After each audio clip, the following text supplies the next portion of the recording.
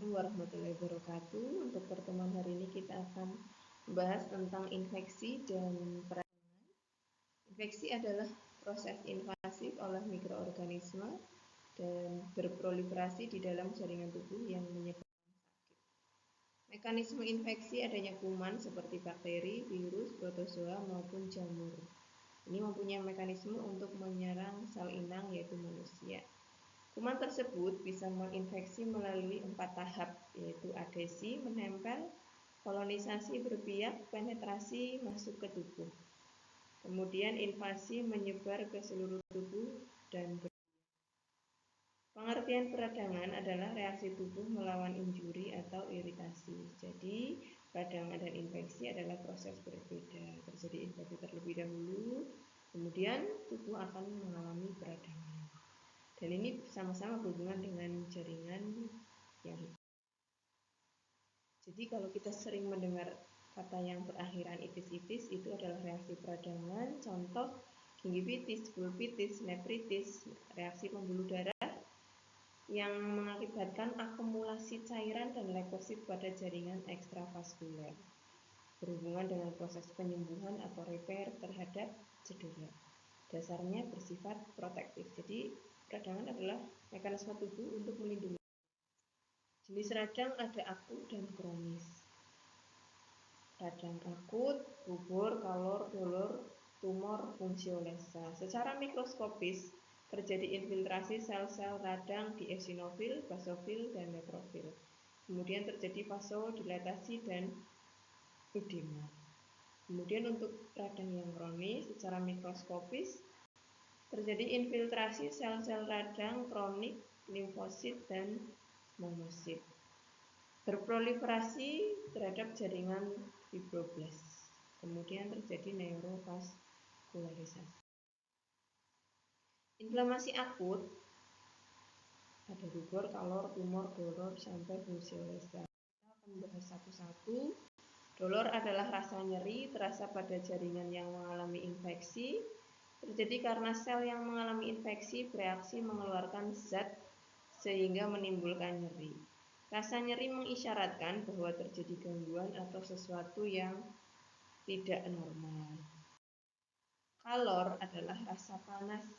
Terjadi karena tubuh mengkompensasi aliran darah lebih banyak ke area yang mengalami infeksi untuk mengirim lebih banyak antibodi dalam memerangi antigen atau penyebab infeksi.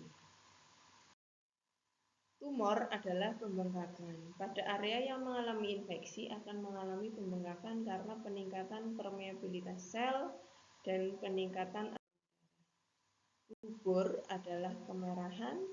Terjadi pada area yang mengalami infeksi karena peningkatan aliran darah ke area tersebut sehingga menimbulkan warna kemerahan. Fungsiolesa adalah perubahan fungsi dari jaringan yang mengalami infeksi. Misalkan tangan kita terkena infeksi, maka fungsi dari tangan kita akan sulit untuk melakukan aktivitas atau kegiatan. Tanda sistemik seperti demam, malaise atau malas, atau jadi tidak bersemangat untuk melakukan aktivitas, anoreksia atau kurang nafsu makan, nausea atau mual, vomiting, muntah, sakit kepala, dan diare. Faktor-faktor yang mempengaruhi resiko infeksi usia. Jadi usia bayi dan lansia adalah usia yang memang secara imun mengalami perubahan. Kalau bayi dia belum matang, kalau lansia terjadi degeneratif sehingga resiko untuk terjadi infeksi. Kemudian cara keturunan atau hereditas seperti rendahnya serum imunoglobulin, kemudian status imunisasi. Dimana kalau statusnya imunnya lengkap, maka bisa infeksi akan. Kemudian terapi yang sedang dijalani, misalkan adanya radiasi atau kemoterapi, status nutrisi, kalau ternyata status nutrisinya kurang baik sehingga daya tahan tubuh rendah, sehingga bisa mempengaruhi terjadinya mudah sakit dan infeksi. Kemudian kelelahan dapat mudah timbulnya infeksi, stres karena adanya hormon kortisol sehingga adanya penurunan anti. Mikroskopis radang akut adanya hiperemia, exudation, dan migrasi. Hiperemia dikarenakan perubahan pada pembuluh vaskuler yang kecil. Exudation ini adalah cairan protein masuk ke dalam interstisial sehingga protein meningkat, dalam bentuknya bisa terlihat seperti ada nanah atau tanda keputihan pada daerah yang terjadi infeksi. Bentuk makroskopis jaringan peradangan serosa ditandai dengan ekstravasasi cairan protein sel. Sebagian besar peradangan akut bermula sebagai bentuk serosa. Komponen eksudat cairan bening plasma darah menandakan adanya peradangan derajat ringan. Jika adanya iritasi ringan, maka adanya membran mukosa dan bisa kita lihat di dalam gambar adanya perbedaan jaringan serosa dan purulen. Kalau jaringan serosa dia lebih berwarna lebih cerah, jaringannya masih agak bagus kemerahan, tapi kalau purulen dia sudah berwarna keputihan karena sudah ada infeksi dan nanah. Peradangan fibrinosa ditandai adanya eksudasi plasma fibrinogen. Komponen utama eksudat atau fibrin menandakan peradangan akut. Jaringan tampak kaku, kusam dengan warna putih kuning. Kemudian lapisan fibrin pada membran mukosa sering berbentuk pseudomembran. Kita lihat contoh serosa eksudat seperti ada cairan di bawah kulit, ya. Kemudian peradangan hemoragi biasanya terjadi pada organ yang banyak kapilernya, menandakan peradangan perakut yang hebat. Secara makroskopis, organ akan mengalami peradangan. Secara mikroskopis, banyak eritrosit atau sel darah merah di luar pembuluh darah. Komponen utamanya adalah darah.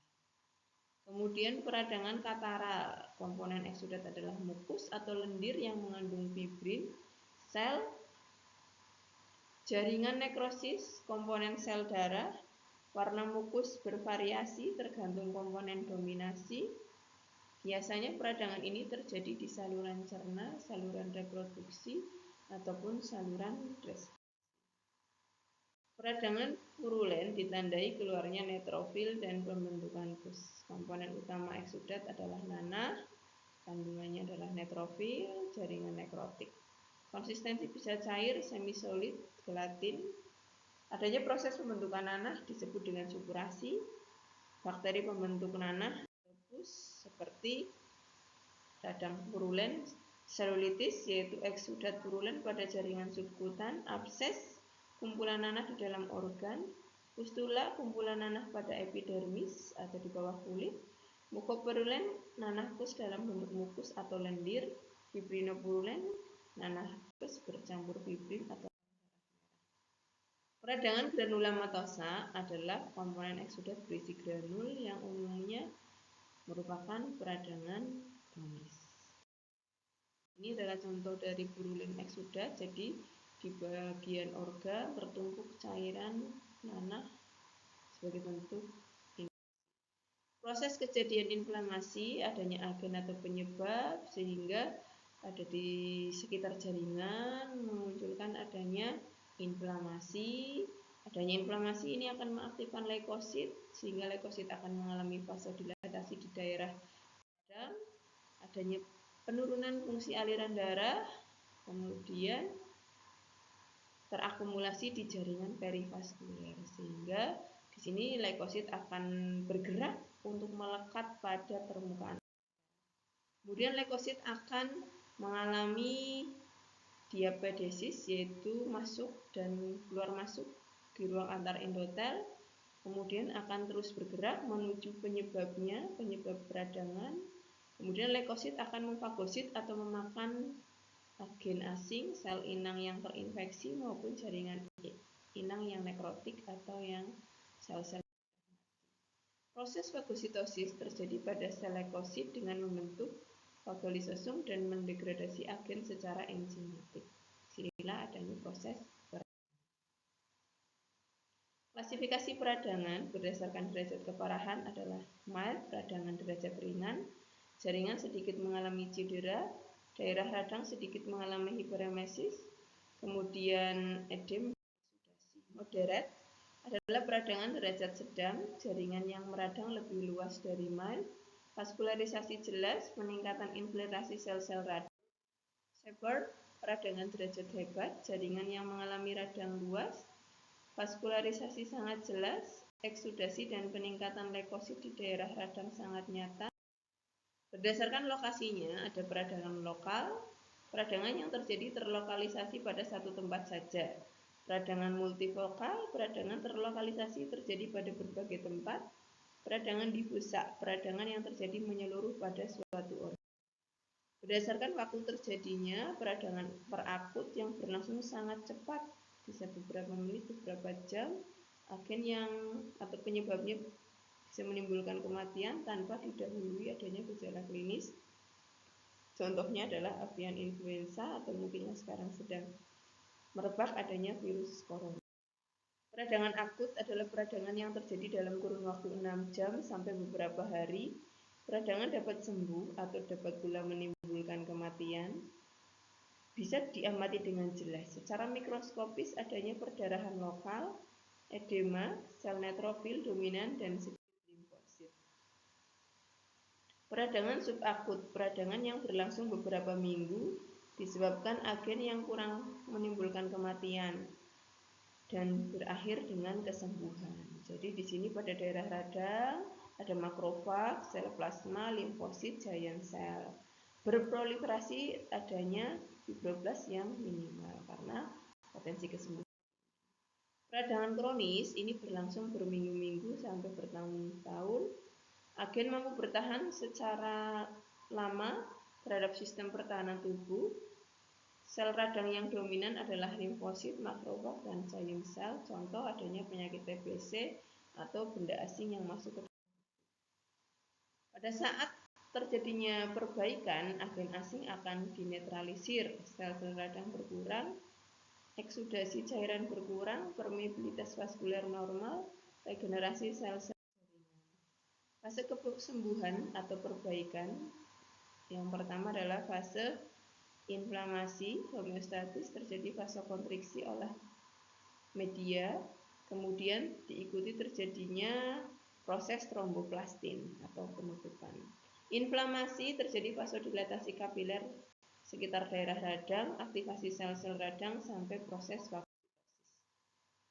Fase proliferatif, adanya granulasi, tersusunnya kolagen primer di daerah luka atau radang, diikuti pelapisan oleh fibroblas. Terjadi proses angiogenesis. Kontraksi, matrik yang tersusun oleh kolagen dan fibroblas mengadakan kontraksi menarik tepi luka untuk menutup luka. Epitelialisasi, pertumbuhan sel-sel epitel. Fase remodeling, terbentuknya kolagen baru atau kolagen sekunder yang lebih kuat menutupi luka. Terbentuknya skar, jaringan parut sebagai jaringan penyakit. Kemampuan sel tubuh dalam memproses regenerasi, jaringan yang mudah mengalami regenerasi adalah kulit, saluran cerna, gusi. Organ yang mudah mengalami regenerasi, misalkan di hati, sel-sel kelenjar. Kemudian sel-sel yang sangat sulit mengalami regenerasi adalah dan otak. Bentuk kesembuhan primer terjadi pada luka, di mana luka mudah ditautkan, contoh luka bedah atau luka insisi. Kesembuhan sekunder terjadi pada luka yang tepinya sulit ditautkan dan biasanya disertai terbentuknya jaringan granulasi yang cukup banyak. Contoh luka karena trauma, luka yang dalam dan luas. Faktor yang mempengaruhi kualitas respon inflamasi dan perbaikan, ada tidaknya suplai darah, status gizi, ada tidaknya infeksi, ada tidaknya penyakit diabetes mellitus atau penyakit penyerta. Karena dengan penyakit DM ini, luka akan lebih lama untuk kering karena dia basah. Kemudian apakah dalam pengobatan, bagaimana sel darah putih dalam sirkulasi tubuh? Itulah beberapa hal yang perlu kita pelajari dalam pertemuan ini terkait dengan proses infeksi dan peradangan. Terima kasih atas perhatiannya.